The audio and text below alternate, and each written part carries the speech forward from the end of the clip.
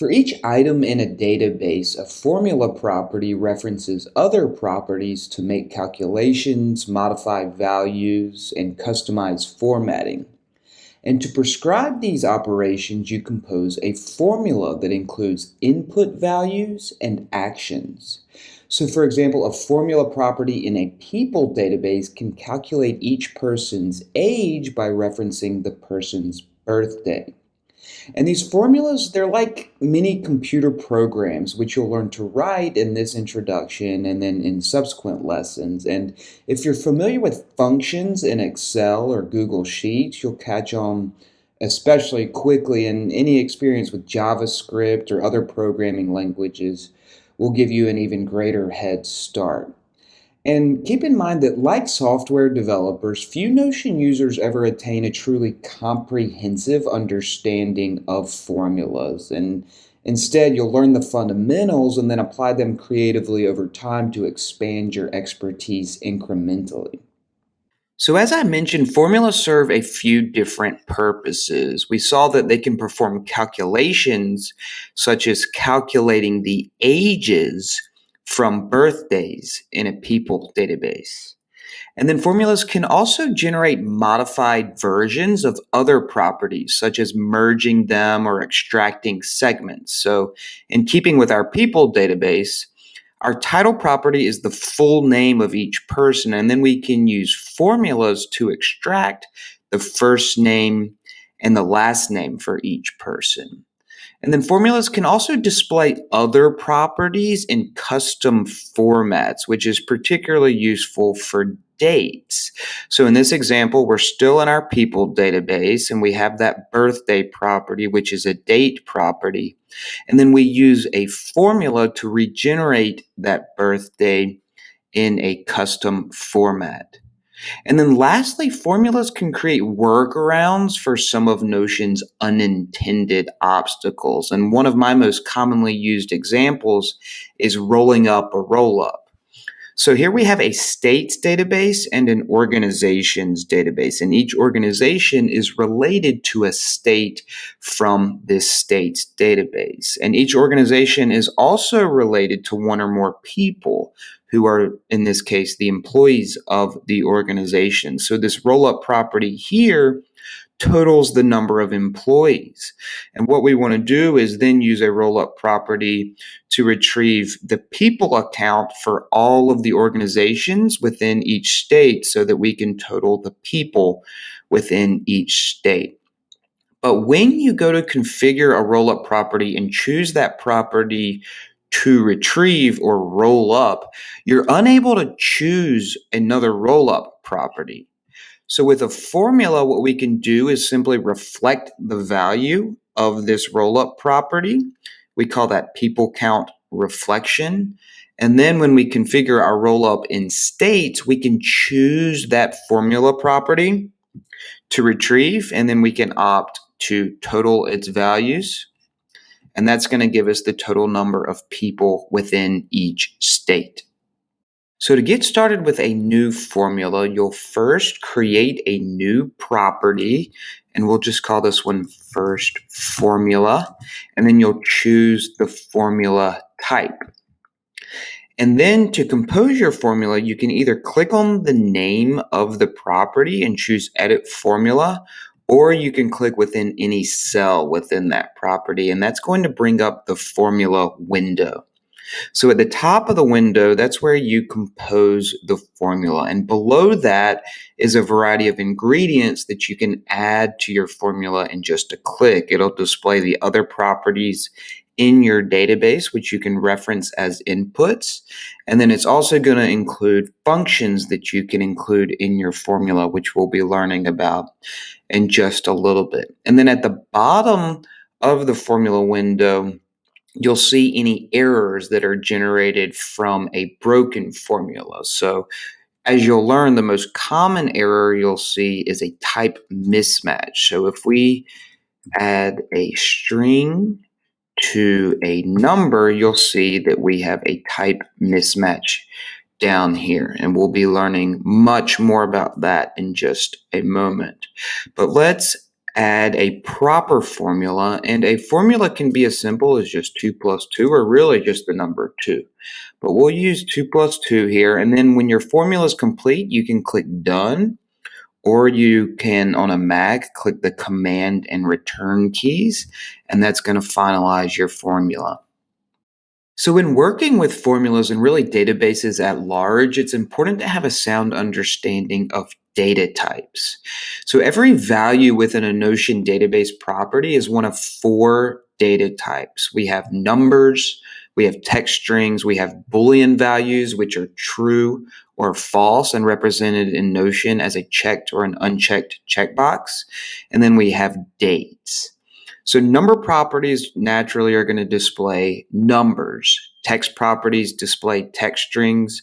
Checkboxes display Boolean values. And then date properties display dates. And most other properties technically are going to be text strings. And that includes select and multi-select properties as well as person properties. And sometimes a value can appear to be one data type when in fact it's another. So if we were to type 01/14/1987 into this text property, it looks like a date, but technically it's still a text string. Text properties always display text strings. And if we were to copy the values of this number property and paste it into the text property, these look like numbers, but they're still text strings. And one quick way of recognizing that is that these numbers are aligned to the left, whereas these numbers within the number property align to the right. So text strings are always going to align left, whereas numbers are going to align right. So data types are critical because the values you input into your formulas need to meet specified criteria, and that's often going to require inputs of matching data types. And as I mentioned, that type mismatch error is going to be probably the error that you experience most frequently, and that is due to matching one data type, such as a number, with a value of a different data type, such as a text string. So we can take another quick look at that here in our formula property. If we are to add 2 and 2 again, these are two numbers. Their data type is number. We're adding them together. So this is going to give us a clean formula. But if we were to wrap one of these numbers in double quotation marks, that converts the number to a text string. Text strings, when you write them within your formulas, are going to be wrapped in double quotation marks. So here we're trying to add a number to a text string.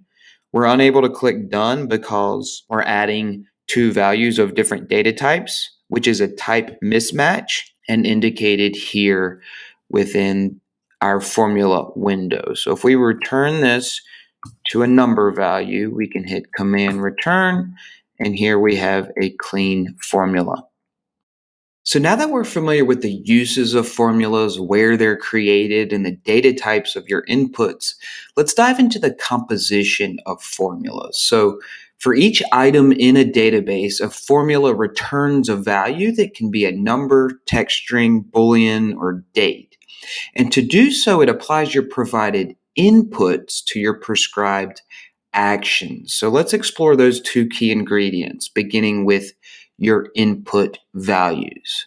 So as we saw, a formula can be as simple as just a single input value, such as the number 1. But this is really only going to be useful for those hacky workarounds I mentioned, and instead, you're almost always going to apply actions to your inputs. And you can supply your input values in three different ways. They can be literal values, they can be constants, or they can be property references. So literal values you type directly into the formula. This is a literal number 1. We can also provide a literal text string, such as XYZ, which we wrap in double quotation marks. And we can provide a Boolean value by typing true or false without quotation marks. And Notion is going to represent that as a checked or an unchecked checkboxes. Now, dates are different in that they cannot be provided literally. Dates can only be created in a few ways that we'll explore here in just a little bit. And because literal values are typed directly into the formula, it's going to be the same for each item in the database. As the formula iterates through the items, as it executes for each item in the database, those literal values are going to be exactly the same. Whereas on other occasions, you'll use dynamic values that are different for each item in the database. And then Notion also provides two keywords that represent mathematical constants. I use them quite infrequently, if ever, in my formulas. But to use pi, you can just type pi without quotation marks, and that's going to give you that mathematical constant. And then the other is e, which is the base of the natural logarithm. But the real power of formulas comes with property references. So we know that all items in a database have the same property types, such as a select property called status, but their values can be unique, such as complete, in progress, and planned. So while literal values and constants are the same for each iteration of the formula or each item in the database, property references allow you to use the item's unique property values as your inputs, and therefore the formula can return a unique value for each item in the database. So to reference a property, you'll start with the keyword prop, and within parentheses, you'll type the name of the property you want to reference in quotation marks. In this case, we want to reference the status property, so we'll put that in quotation marks within those parentheses and then hit Command Return to submit. And you can see now that whereas our literal values and constants were the same for all items in the database, our property references allow us to return a unique value. In this case, we're reflecting the status property. So going back to that calculation example we saw earlier, this age property references the birthday in order to calculate age. So you can see here that we have that prop keyword with birthday in quotation marks within parentheses, and that's the reference to that other property. And we'll learn about the other elements of this formula momentarily. So through literal values, constants, and property references, we can supply the input values for our formulas. But as we've discussed, you're almost always going to want to prescribe actions to perform with those values. So here's another quick example that you'll find familiar. We have a collection of online orders, and given the subtotal and the tax rate for each order, we can use a formula that references the subtotal and the tax rate to calculate the tax. And then another formula can reference subtotal and the calculated tax, add them together to return the total for each order. So you prescribe these actions using operators and functions. So an operator is a single character or a pair of characters that indicates an action when placed between two values in a formula. And you're already familiar with most of Notion's operators. A plus sign or a minus sign between two number values is one example.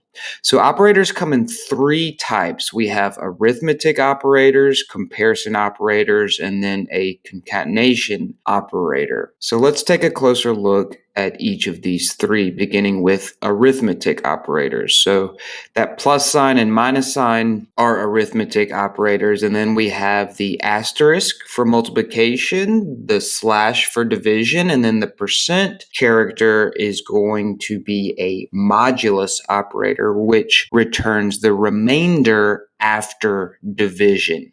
So in our formula property here, we can make a reference to our number property, and then we can use an arithmetic operator to perform an action. So that could be adding the number 2, And you can see here that we've taken each number value and added 2 to it. And between those two number values, we can add any of our arithmetic operators. So we can change the plus sign to an asterisk, which is going to multiply each number value by 2. And then comparison operators test one value against another and return either true or false, which of course Notion represents as a checked or an unchecked checkbox. So you're likely familiar with many of these comparison operators as well. We have the greater than operator, the greater than or equal to operator. We have less than or equal to. And then a double equal sign represents a test of equality between the two values. And then a equal sign preceded by an exclamation point is going to test whether the values are unequal. So going back into our formula property here, we can change our asterisk to a greater than, and we'll change our 2 to 200 and submit.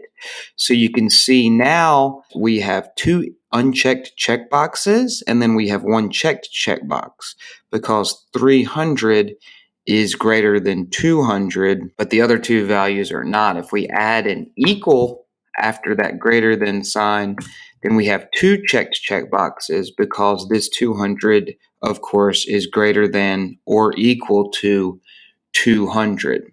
And then if we change the operator to a double equal sign, you can see only our 200 is checked because, of course, 200 equals 200.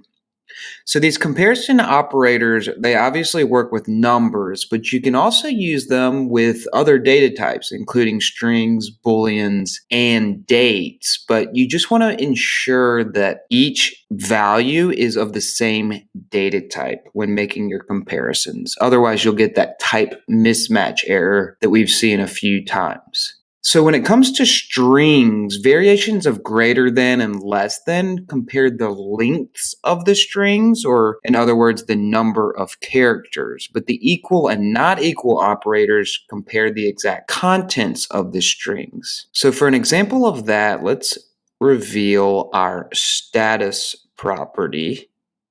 We'll hide our number property. So if we make a reference to that status property,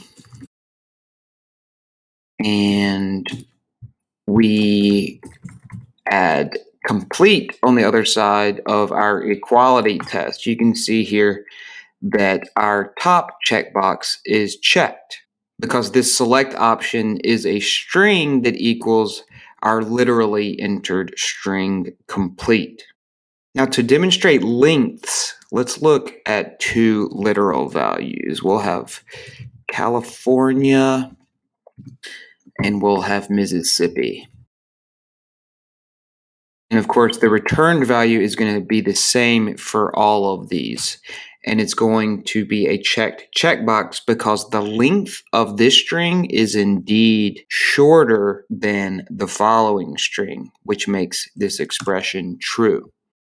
So we have one more operator that works with text strings, and it merges them together, which is known as concatenation. And the character for the concatenation operator is actually the same as our addition operator. It's the plus sign. So when a plus sign is placed between 2 numbers, it's going to return their sum. But when it's placed between 2 text strings, it's going to merge them together. So if we go back into our formula property here, we can make a reference to status again. And before that, we might just add the text string status with a colon and a space. And after that, we can add the plus sign and another space to keep it clean. And when we submit the formula, you can see here that we have the literal value status with the colon that's the same for each item in the database. But after that, we have that reference to status. So it's going to be different for each item in the database, and it merges those 2 strings together. And then the other way to prescribe actions is through functions. So functions are like packaged actions to perform on your inputs. And some simply replace operators by adding, subtracting, and so forth. But other functions address more advanced needs, such as converting data types, performing complex calculations, and defining conditional rules. And just like property references, each function begins with a keyword followed by parentheses where you specify inputs. And in the case of functions, those inputs are known as arguments, and each function has its own specifications for its arguments, which often include quantity and data type. So in the formula window, below its list of properties and beneath the constants, you'll find a list of functions, some of which are categorized as operators, but these are really functions as well. And if you hover over any function, you'll see its argument specifications to the right, along with a brief description and some examples. And to the left of each function name, you'll see an icon that indicates its primary data type.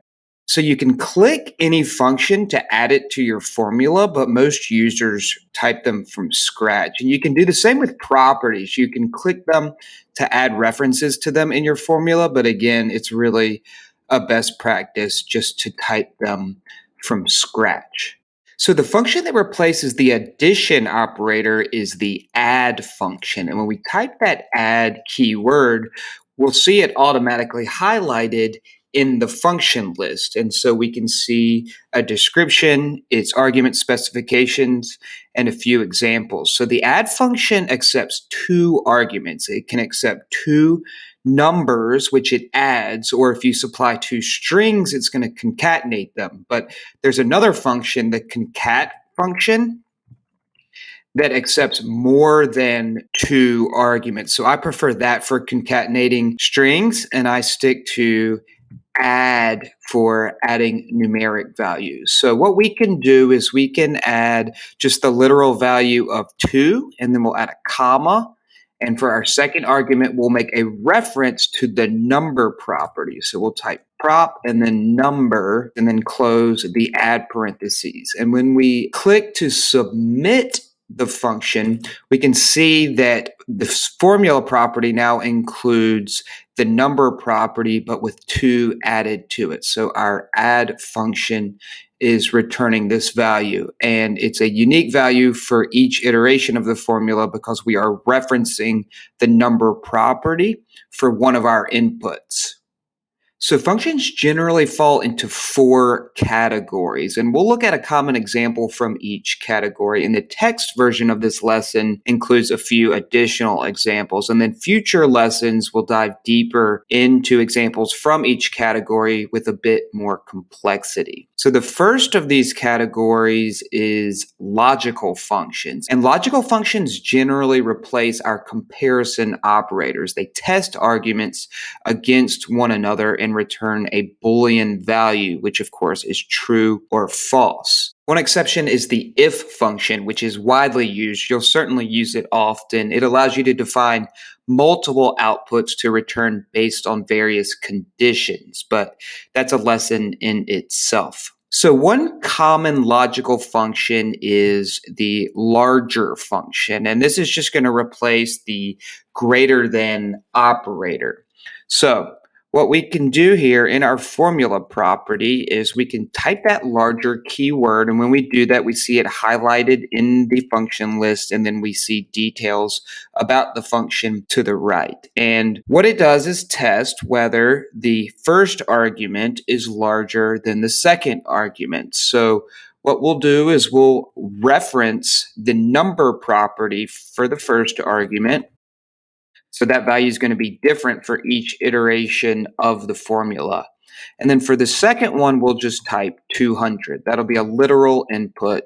And these are both inputs of the number type. So when we submit, we can see that we have a Boolean value returned. Each outcome is either true or false, and 2 of them are unchecked or false. And then the last one is true. And so 100 and 200 are both less than or equal to 200. So their output is false, but 300 is indeed larger or greater than 200, and therefore we get a returned value of true for that iteration of the formula. And then numeric functions can replace our arithmetic operators and also perform more advanced calculations. So we saw how the add function basically replaces the addition operator. And this round function is another commonly used numeric function. It rounds a numeric value to the nearest integer. So if we make some tweaks to our number property values and just add some decimals, we can then go into our formula property and we'll wipe out what was already there and we'll type our round keyword, and we can see in the information to the right that it just accepts one argument. It accepts a number, and in this case we want to supply the number property. This is going to be a property reference. So we will reference that property and close out our parentheses, submit the formula, and you can see that each value from the number property is rounded to its nearest integer. Now, these are each rounded down, but if we were to tweak one of them and add, say, a 7 here, we can see that this iteration is going to round up.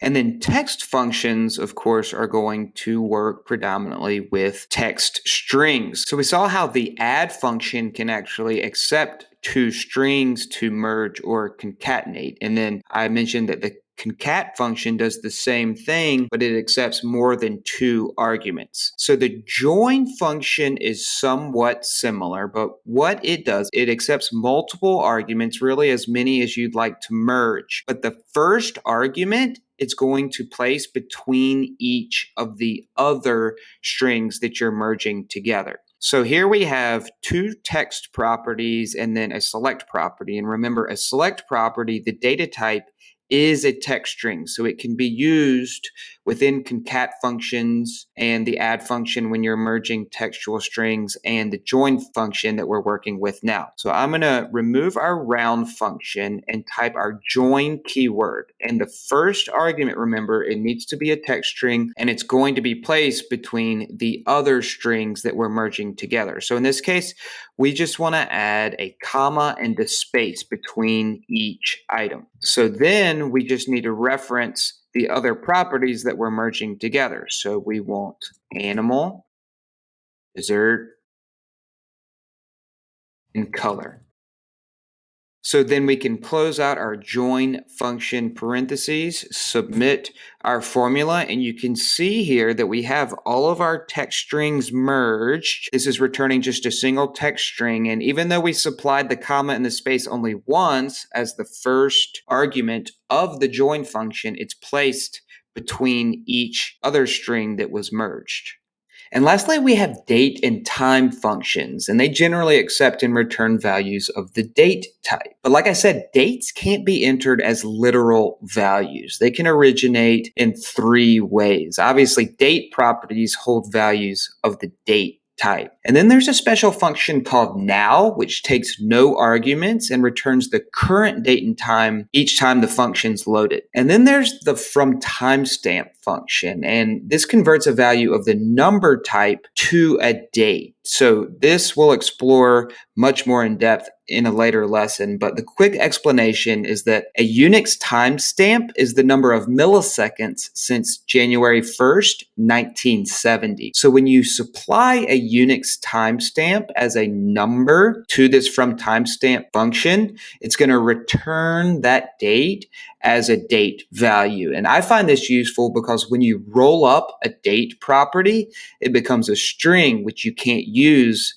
in these date and time functions. But if you roll it up as a Unix timestamp, you can then use the from timestamp function to convert it to a date value, which you can then supply to these date and time functions. So one of the most common actions to perform on date values is calculating time elapsed, or time remaining. And for both, you can use the date between function to determine the time between the date property and the current date. So that's where the now function is handy. So let's say these demo items here are tasks and each one has a deadline, which of course is a date value. What we can do in our formula property here, if we want to calculate the days remaining until the deadline, we can use that date between function, type its keyword, and it's going to take a few different arguments. The first one is going to be the later date. So that's going to be the deadline property. So we will make a reference to that property.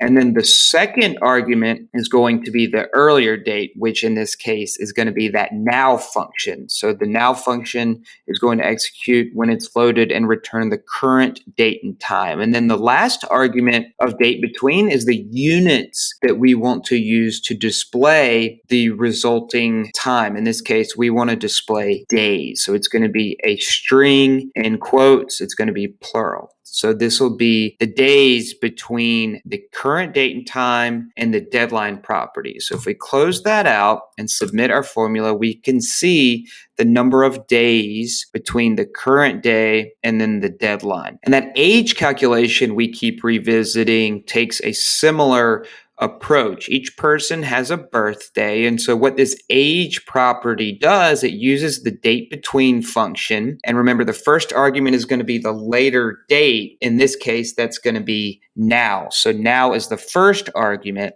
The second argument is the earlier date, which is the birthday of each person. And the unit in this case is years. So you can see now how that age is calculated. So those are a few commonly used functions. And like I said, we'll dive deeper into more advanced examples in future lessons. But of course, they're all available with specifications in your formula window and also with additional context on my cheat sheet.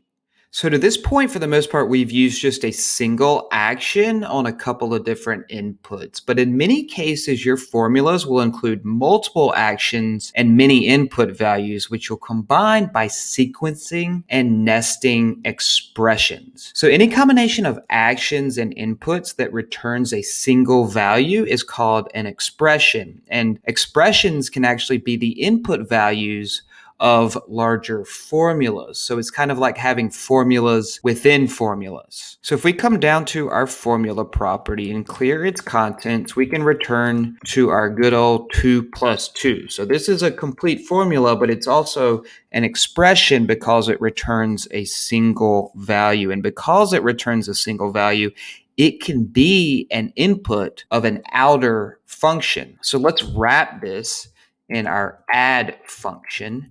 So now we've added the add keyword and opening parenthesis, and that 2 plus 2 is the first argument. So for the second argument, we'll add a comma and we can make a reference to our number property. So the number property is now the second argument of add, and we'll close that out and submit it. And so what we have now is the addition of 2 plus 2, which of course is 4, and then we're adding that 4 to the number property. And this 2 plus 2, this could actually be a nested add function. So we can have a function within a function. So if we were to use that add keyword, open it up, and then provide 2 and 2 as the arguments, then we have the same outcome. We're just achieving that initial addition in a different way. And these literal 2's in themselves, they could be functions. So you could have functions, and so forth. So that's nesting. And when you're sequencing values by using operators, Notion is going to follow the order of operations. So if we have 2 plus 3 times 4 plus 5 and we submit it, we have 19 because it's initially finding the product of 3 and 4 before adding the 2 and 5. But if we wrap the 2 plus 3 in parentheses and then we wrap the 4 plus 5 in parentheses, that changes the output to 45 because it's using the addition operator first and then it's multiplying the sums. So as these functions become more complex, they can become a little bit illegible, and I like to compose them within code blocks that makes them really easy to understand and read and make modifications to. So let's say that we have a multiply function, and the arguments for that function are two inner functions. Let's have an add 2 and 3, and then we'll have a subtract 5 and 2. And then we'll close out our multiply function. So this can begin to get a little bit complicated when you've got two functions within an outer function, and these 2, 3, 5, and 2, they're literal values, but they could be functions in themselves. So like I said, I like to compose these within a code block. So I'm going to copy these contents and come down to this code block and paste it. And what you can do within a code block is you can visualize the layers of the nesting through line breaks and indentations. So we want to give each argument its own line. So what we'll do is for the first argument of multiply, we're going to give it a line break and an indentation. And then the second argument will receive the same. And then the closing parenthesis is going to be back at the same indentation level as the opening multiply function. So you can see here that we start with multiply, and then we can see the nested functions add and subtract, each indented and on their own line. So if their arguments were not literal values, if they were functions, that could become visually confusing. So we could create another layer of arguments and indentations that visualizes all of the nesting. And then to use this, Notion's not going to like those line breaks. So what you can do is copy the contents and then just paste them quickly into the address bar of your browser. That will eliminate the line break. So then what you can do is go into your formula window, paste it without the line break, submit it, and that's going to give you a Notion-friendly formatted version of your formula. But anytime that you want to come back to make edits to it, you have this nice, clean, visually formatted version. So that's a hearty introduction to the fundamentals of Notion formulas. And like I said, we'll be diving deeper into more complex use cases of formulas and examples of various functions. But if you hit any roadblocks in your initial tinkering with functions, feel free to tweet any questions at William Nutt.